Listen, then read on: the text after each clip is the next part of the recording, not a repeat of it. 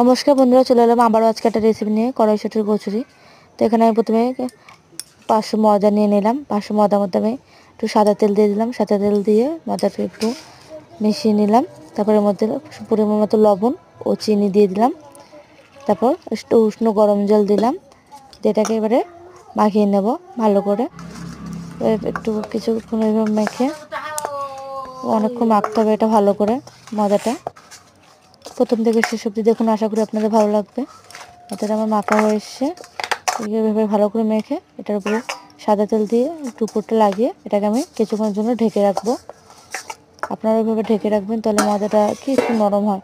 আপনারা এখানে সুজিও দিতে পারেন, আমি সুজি দিলাম না। সুজি দিলে একটু মুচমুচে হবে, আমি এটা একটু নরম নরমই করছি। তারপর আমি মিক্সারে মটরশুঁটি, কাঁচা লঙ্কা ও আদা দিয়ে মিক্স করে নিলাম। আমার মিক্সারে একটু সমস্যা ছিল, তাই একটু কিছু কিছু গোটা গোটা মটরশুঁটি ছিল। তা আমি একটা মশলা করে নিলাম, একটা সিক্রেট মশলা।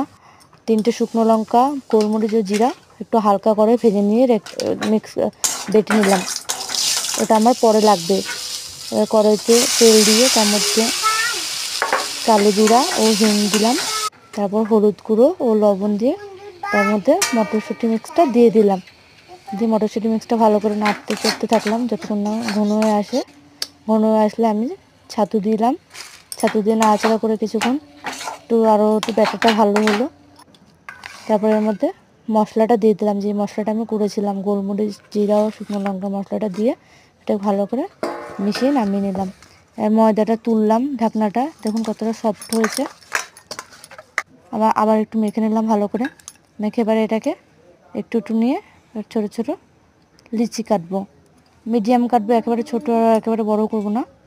এটাকে একটু এরকম হাতের সাহায্যে একটু বড় করে এবার এর মধ্যে পুরটা দিয়ে দেবো। দিয়ে এবারে মুখটা এভাবে মেরে নেব। মেরে এবার এটাকে এইভাবে একটু হাতে চাপ দিয়ে রাখবো, যাতে সব দিকে ভেতরে পুরটা সব দিকে যায়। তো এবার কড়াইতে একটু নমস্কার বন্ধুরা, চলে এলাম আবারও আজকে একটা রেসিপি নিয়ে, কড়াইশুঁটির কচুরি।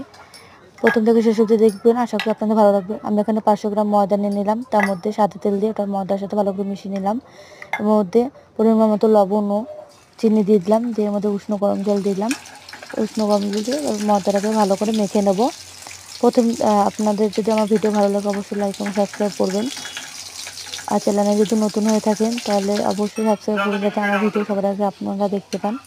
ময়দাটা ভালো করে মাখানো হয়ে আসলে এর মধ্যে উপরে সাদা তেল দিয়ে উপরটা লাগিয়ে এবার এটা কিছুক্ষণ জন্য ঢেকে রাখবো। ততক্ষণে মিক্সারে মটরশুঁটি, কাঁচা লঙ্কা ও আদা দিয়ে তার মধ্যে একটু সামান্য জল দিয়ে মিক্স করে নেবো।